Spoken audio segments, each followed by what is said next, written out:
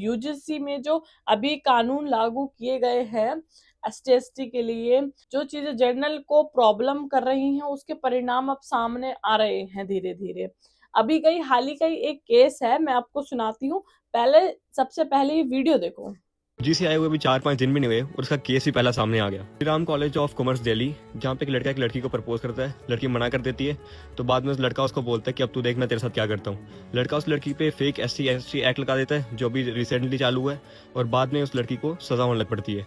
सजा से बचने के लिए लड़की बाद में उस लड़की से समझौता करती है, उसको 50,000 रुपए अपनी सजा माफ करवाती है। कॉलेज ऑफ कॉमर्स में 3rd ईयर की स्टूडेंट, और उनके साथ इस कानून के आने के बाद एक दलित छात्र उस लड़की से जाकर प्रपोज करता है। उस प्रपोज को वो लड़की ठुकरा देती है, और ठुकराने के बाद वो दलित छात्र कहता है जो इसका परिणाम तुम्हें भुगतना होगा। उसके बाद होता ये क्या है, एससी एसटी ओबीसी एक्ट लगा दिया जाता है। उसके बाद 10 साल की जेल, जिंदगी बर्बाद, खत्म। बाद में वो निगम पार्षद जब देखा मेरे पास अब कोई चारा नहीं है, तो उस जो दलित छात्र था उसके घर पे जाकर समझौता करने के लिए 50,000 रुपया जमा करके उसके हाथों में थमा के तब समझौता करके आए। आप बताइए, इस तरह की कानून, काले कानून बनाने का दुष्परिणाम अभी से आना शुरू हो गया। अभी ये तो सिर्फ पहला केस हुआ है, अब आगे के केस क्या हुआ करेंगे कि अगर किसी कॉलेज के कैंपस में किसी टीचर ने किसी बच्चे को फेल कर दिया, बच्चा होता है एससी एसटी या ओबीसी, बच्चा बाद में टीचर के ऊपर रिमार्क्स ला देता है कि इन्होंने मेरे ऊपर, मेरी कास्ट के ऊपर बहुत बुरा भला बोला। टीचर कैसे प्रूफ करेगा कि वो बच्चा झूठ बोल रहा है? टीचर के पास तो कोई है ही नहीं किसी भी तरह की सुविधा कि टीचर भी अपने लिए स्टैंड ले सके। हाँ, यूजीसी इक्वालिटी रूल लाया गया है, नाम से तो लग रहा है कि इसमें सारे जातियों को बराबरी से देखा जाएगा, लेकिन ये तो कुछ उल्टा ही हो रहा है। ये बिल कास्ट के बेस पे यूथ को बांटने का काम करेगा। अगर हम पहले ही पॉइंट की बात करें जिसमें कि विक्टिम डेफिनेशन आती है कि कोई भी हिस्टोरिकल ओप्रेस्ड यानी एससी एसटी ओबीसी के अलावा कोई भी विक्टिम हो ही नहीं सकता। आपके बारे में चाहे कुछ भी बोला जाए, ठाकुर बनिए ब्राह्मण चोर, आप विक्टिम हो ही नहीं सकते। अगर दूसरे पॉइंट की बात करें जिसमें रेगुलेशन कमेटी बनाई जाएगी, उसमें एससी एसटी ओबीसी सबको रिप्रेजेंट किया जाएगा, इन जनरल कैटेगरी का कोई रिप्रेजेंटेटिव नहीं होगा। तीसरा और सबसे खतरनाक पॉइंट, फॉल्स कंप्लेंट्स। कोई भी एससी एसटी या ओबीसी आपके ऊपर एग्जाम लगाता है और बाद में वो एग्जाम फेक निकलता है, वो फेक एलिगेशन निकलता है, तो उस बच्चे पे कोई भी कार्रवाई नहीं होगी, कोई पेनल्टी नहीं है, उसको ऐसे ही छोड़ दिया जाएगा। कि इसके बारे में क्या पॉइंट ऑफ व्यू है कमेंट में जरूर बताना, फॉलो करके जाना, आगे और भी कवर करूंगा। जय हिंद, जय भारत। कल को अगर आपका बच्चा बोले, ठीक है, कि इसमें मेरी गलती नहीं थी, या ये खाली पीली मेरे को फंसा रहा है, तो फंसा रही है, तो प्लीज उस पर ध्यान देना। क्यों? क्योंकि अगर किसी भी एससी एसटी वाले ने उस पर कंप्लेंट दर्ज कर दी किसी भी कारण कि ये मेरे को गलत बोल रहा था, या इस टीचर ने मुझे कुछ बोला, या इसने मुझे मेरी जाति के ऊपर बोला, या मेरे रंग रूप के ऊपर बोला, तो वह एससी एसटी वाला उसके ऊपर कर सकता है, कार्यवाही कर सकता है। उसके लिए उसको 10 साल की सजा हो सकती है और जुर्माना अलग से भरना पड़ेगा, वो अलग है, ठीक है। बट अगर कहीं ये गलत निकलता है, अगर एससी एसटी वाला गलत निकलता है, वह गलत साबित होता है, तो उस पर कोई कार्यवाही नहीं होगी। ये कहाँ का नियम है? पहले क्या होता था? पहले ये होता था, अगर एससी एसटी वाले, अगर आपको कुछ अगर आपके ऊपर किसी ने कुछ ब्लेम लगाया है, या किसी के ऊपर कुछ भी कार्यवाही करी है, तो उसकी जांच पड़ताल होती थी। फिर जो झूठा निकलता था, जो गलत निकलता था, उसको 10 साल की सजा होती थी और जुर्माना अलग से भरना पड़ता था। अब ये क्या करा है? ये उल्टा ही कर दिया है, ठीक है। अब इसमें क्या हो रहा है? सबसे ज्यादा पावरफुल तो अब यही हो गए हैं ना। बात में अगर पावरफुल की ना भी करूं, तो प्रॉब्लम ये है कि इनको इतनी आजादी मिल गई है, इतना इनके लिए इतना कोई रूल नहीं है कि इस हिसाब से चल सके। कल को आपका बच्चा कोई टीचर बनता है स्कूल में जाकर, ठीक है, उसके लिए सब बच्चे बराबर हैं, कोई एसटी एसटी वाला नहीं है, उसके लिए सब बच्चे बराबर हैं। अगर किसी एसटी एसटी वाले बच्चे ने टीचर के ऊपर कुछ ब्लेम कर दिया, ठीक है, तो टीचर को सीधा सीधा 10 साल की सजा होगी और जुर्माना अलग से भरना पड़ेगा। कल को हम अपने बच्चों को पढ़ा भी नहीं सकते हैं, क्यों? वो कानून ही ऐसे ला रहे हैं। कल को हम कहें कि नहीं, हम अपने बच्चों को सिखाते हैं कि बेटा रंग रूप कुछ नहीं होता है, जात वात कुछ नहीं होता है, ठीक है, सब हिंदू हैं, सब अपने हैं, सब हिंदू है। बट अब ऐसे कानून ला रहे हैं। पहले आप मुसलमान और हिंदू को अलग कर रहे थे, ठीक है, अब आप हिंदू ही हिंदू को अलग कर रहे हैं। मेरी एक बात चीज समझ में नहीं आती है कि अगर चलो आपको कुछ कानून लाना है या इनको थोड़ा बहुत सब पहले ही इतना सपोर्ट था, सही बताऊं, सीटें खाली मिलती थी तो इनको सबसे ज्यादा मिलती थी, कहीं पे छूट मिलती थी तो इनको सबसे ज्यादा मिलती थी। मैं ऐसा क्यों कह रही हूँ, अभी एक कानून और लागू हुआ है नीट के एग्जाम को लेकर, ठीक है। उसमें क्या होता है कि -40% भी अगर किसी के मार्क्स आएंगे और वो SC ST में है तो उसको पास कर दिया जाएगा, वह आगे जाके डॉक्टर बन सकता है। अब ये कहाँ का रूल हुआ? अब मैं आपको एक वीडियो और दिखाती हूँ, वो और देखो आप। जीरो जीरो, ये जितने जीरो आप देख रहे हो ये सारे बच्चे पास हो चुके हैं और ये आगे चल के गवर्नमेंट डॉक्टर बनने वाले हैं। 13 जनवरी को नीट पीजी एग्जाम्स की कट ऑफ लिस्ट पब्लिश होती है, जिसमें SC ST OBC वाले को सोचो कितने मार्क्स लाने होंगे, 50 40? भाई साहब जीरो भी नहीं था, -40। और इन्हीं कारणों की वजह से एक देश पूरा बर्बाद हो चुका है जिसका नाम है श्रीलंका। 1948 में श्रीलंका एशिया का सबसे अमीर देशों में गिना जाता था। 1956 श्रीलंका पॉलिटिक्स में SW बंदरानी के ने इलेक्शन जीतने के लिए सिंगला कम्युनिटी, जिसकी पॉपुलेशन वहां पे 75% थी, उनको एक वादा कर दिया कि पावर में आएंगे तो हम तुमको ज्यादा नौकरियां देंगे। आपको बता दूं श्रीलंका में 2 मेजर कम्युनिटीज रहती हैं। सिंगला, जिनकी पॉपुलेशन 74-75% है, ये किसान है, गांव में रहते हैं, बहुत कम पढ़े लिखे हैं। और दूसरी है 12 से 15% श्रीलंकन तमिलियंस की, ये हाईली एजुकेटेड हिंदूज हैं। अब होता क्या है, ये इलेक्शन जीत जाते हैं और जीतते ही सिंगला ओनली एक्ट पास करवाते हैं, जिसमें 70 से 80% नौकरियां सिंगला लोगों को दी जाती हैं। इवन गवर्नमेंट कॉन्ट्रैक्ट्स भी सिंगला लोगों को मिलते हैं। दूसरी तरफ तमिलियंस बहुत ज्यादा मार्क्स लाने के बाद भी उनका सिलेक्शन नहीं होता था। रिजल्ट ये हुआ कि तमिलियंस देश छोड़ के जाने लगे। 1983 ब्लैक जुलाई, तब से लेके 2009 तक श्रीलंका में सिविल वॉर चलती है। पता है क्यों? क्योंकि पूरा सिस्टम करप्ट हो गया था। डॉक्टर सिर्फ नाम के रह गए थे, उन्हें इंजेक्शन तक नहीं लगाना आता था, सिर्फ इसी रिजर्वेशन के चक्कर में। कहीं ये ना हो कि कल आप किसी डॉक्टर के पास जाओ तो उसे किसी दवाई का नाम भी ना पता हो। शेयर करिए इस वीडियो को, ये एक इंपॉर्टेंट कंसर्न है।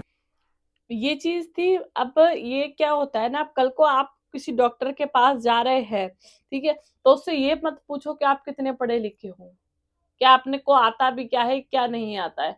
पहले आप पूछो उनसे कि आपको डिग्री कब मिली थी, 2025 में मिली थी, तो फिर वही हाल होगा, सेम यही हाल होगा, ठीक है।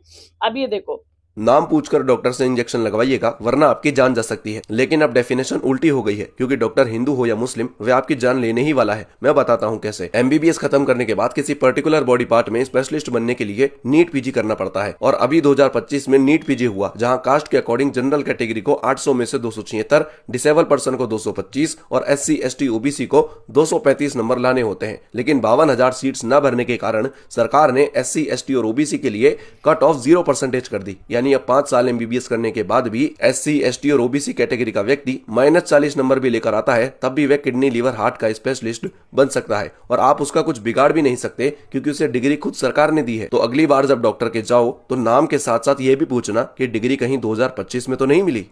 हार्ड का डॉक्टर बन सकता है वो। आपकी जान किसी, कहते थे कि एक डॉक्टर है वो एक भगवान का रूप होता है, ठीक है, क्योंकि वो हमारा इलाज करता है, हमें दूसरा जन्म देता है एक तरीके से। बट अब डेफिनेशन उल्टी ही होती जा रही है। आप किसी को नहीं बोल सकते हो कि ये डॉक्टर है या इसके ऊपर मैं कुछ एलिगेशन लगा दूं, इसने मेरा गलत ऑपरेशन किया या कुछ किया, आप कुछ नहीं कर सकते जब सरकार ही सारा आपको उनके हाथ में दे रही है कि जाओ जी लोगों को मारो। एक तरीके से यही है। हम जो लॉकडाउन हुआ था ना, हम उसमें भी डर रहे थे कि यार जो लॉकडाउन में ऑनलाइन पेपर दे रहे हैं सब चीटिंग कर करके, तो कहीं वो डॉक्टर बन गया आगे जाकर तो वो हमारी जान कैसे ले सकता है, बड़े प्यार से ले सकता है। वही सीन अब होने लग रहा है, ठीक है। और ST SC वाला जो रूल था उसके लिए वकील साहब भी एक कुछ बोल रहे हैं, वो भी मैं आपको सुनाती हूँ। SC ST अदर पिछड़े जो हैं उनकी बच्ची है, मान लीजिए उनकी बच्ची ने यही शिकायत कर दी कि फलानी बच्ची या बच्चा हमें कास्ट बेस पे इस निगाह से देखते, हमसे दूरी बना के रखते हैं, तो निश्चित बात है इसमें से कंप्लेंट हो जाएगी और वो कंप्लेंट कमेटी के समक्ष जाएगी, पुलिस के पास जाएगी और उस पर फाइंडिंग आ जाएगी कि हाँ आपकी नज़र खराब है, आप भेदभाव करते हैं जाति बिरादरी के आधार, तो उसका कैरियर खत्म, आगे पढ़ाई बंद। लड़कियां सवर्ण समाज की, लड़कियां सवर्ण समाज की हैं। लड़के कहेंगे कि साहब पहले तो ये हमसे बात करती थी, मुस्कुराती थी, जब इसे ये पता लगा कि हम साहब जाट बिरादरी के या और किसी बिरादरी के तब से ये हमसे दूर रहने लगी, नफरत करने लगी। इस पर से शिकायत हो जाएगी। सरकार अब तक कुछ नहीं कर सकते आप, कुछ नहीं कर सकते। जब सरकार ही इन्हें बढ़ावा दे रही है ना, तो आप कुछ नहीं कर सकते। अब मैं इसका परिणाम भी दिखाती हूँ आपको, ये वीडियो गौर से देखिएगा। भाई सोने तो डिस्टर्ब मत करो, बच्चों को अभी नहीं पढ़ाने का मूड है। अगर सोने नहीं दोगे तो SC/ST एक्ट लगा दूंगा। ये मैं नहीं कह रहा हूँ, मैं तो अभी फिलहाल कहीं जा रहा हूँ, रास्ते में हूँ। ऐसा कहना है भदोही के एक टीचर का।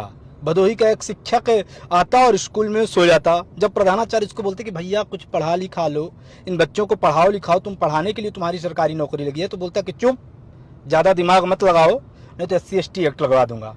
अब प्रधानाचार्य बेचारे ठहरे लाचार, मजबूर, पीड़ित, शोषित, वंचित, क्या ही करते।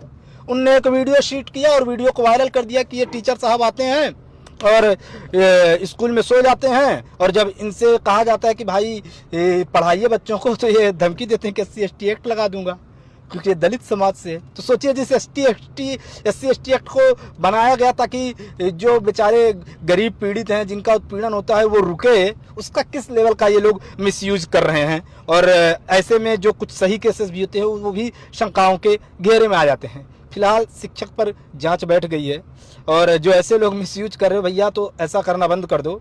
और ये मामला जो है तो आपके उत्तर प्रदेश के भदोही का है। उत्तर प्रदेश में ये हाल है। मैं कह रही हूँ ना, अगर टीचर है तो भी प्रॉब्लम है, अगर टीचर नहीं है तो भी प्रॉब्लम है, ठीक है। अगर बच्चा SC/ST वाला तो टीचर पे लगा सकता है, अगर टीचर है तो वह बच्चों पे लगा सकते हैं। कहाँ तक बचोगे, कहाँ तक बचोगे? कल को मेरे बच्चे हुए, वह स्कूल में जाने लगे, अच्छे स्कूल में जाने लगे, और उसके अच्छे मार्क्स भी आए, ठीक है, बट उसको सीट नहीं मिलेगी। क्यों? क्योंकि सीट तो SC/ST वाले ले जाएंगे। तो हम अपने बच्चों को साथ क्या करें? गोकुल में भेज देते हैं, संस्कृत पढ़ाते हैं। क्यों? क्योंकि शिक्षा तो अब इनके हाथ में जाने वाली है सब कुछ। हम बड़े होके सोचते थे कि नहीं भाई, हम अच्छा कमाएंगे, जो हमारे माँ बाप ने हमें जितना हो सका उतना दिया, पर हम अपने बच्चों को और अच्छे से कमाएंगे। दोनों जने एक अच्छे स्कूल में डालेंगे, जिससे वो अच्छे पद पर जा सके। बट पद यहाँ पर -40 प्लस भी नहीं, -40, मतलब जो नीचे से नीचे होता है, वो अगर नंबर आप ले आते हो 5 साल करने के बाद, तो भी आप डॉक्टर बन सकते हो। मतलब डॉक्टर वो हर किसी के नाम के आगे लग सकता है, ठीक है। कल को मैं भी डॉक्टर लगा लूं 5 साल मेहनत करने के बाद, तो मैं नहीं कर सकती। क्यों? क्योंकि मैं SC/ST में नहीं आती। अगर मैं आती होती तो मैं भी अब 5 साल बाद अपने आगे डॉक्टर प्रिया लगा सकती थी, बट मैं नहीं लगा सकती। क्यों? क्योंकि मैं जनरल में आती हूँ। OBC में, ST/ST में या SC में आती तो भाई मेरे लिए तो फायदा था। बट फायदा क्या होता है जब आपको कुछ आएगा ही नहीं? आप किसी के एक सुई तक नहीं लगा सकते, और बोलो, अगर आप सुई भी लगा सकते थे तो भी मैं मानती थी कि चल भाई कहीं ना कहीं इसने कुछ करा है, ठीक है। आप सुई तक नहीं लगा सकते। क्यों? क्योंकि आपके दिमाग में वही होगा कि यार 40% तो लाना ही है, पास तो मैं हो ही जाऊंगा, डॉक्टर तो मेरे पीछे लगी जाएगा, कोई भी लड़की मिल जाएगी शादी करने के लिए अच्छी, जो मेरे बच्चे होंगे उन्हें भी सुविधा मिल जाएगी अच्छी, मेरे परिवारों को भी सुविधा अच्छी मिल जाएगी। तो मैं क्या ही करूं लोगों की जान बचाकर, ठीक है। तो ये चक्कर चलने लग रहा है। इसमें आपकी क्या राय है, क्या नहीं है? अगर इक्वल रखना है तो मोदी जी से प्रार्थना है कि सबको इक्वल रखो, किसी को ज्यादा मत बोलो या किसी को कम मत बोलो, ठीक है। जो मेहनत कर रहा है सिर्फ वही आगे जाना चाहिए। तो आपकी क्या राय है इसमें, मुझे एक बार कमेंट बॉक्स में जरूर बताना, ताकि मैं भी अपनी सोच को बदल सकूं और आपकी सोच के साथ चल सकूं। तो सभी को जय श्री शाह, जय बालाजी। एक बार कमेंट्स करके जरूर बताना याद से, क्योंकि मुद्दा बहुत ज्यादा बड़ा है, कल को आपके बच्चों के लिए भी, मेरे बच्चों के लिए भी, ठीक है। तो सभी एक बार कमेंट्स करना बिल्कुल ना भूलें। सभी को जय श्री श्याम, जय बालाजी।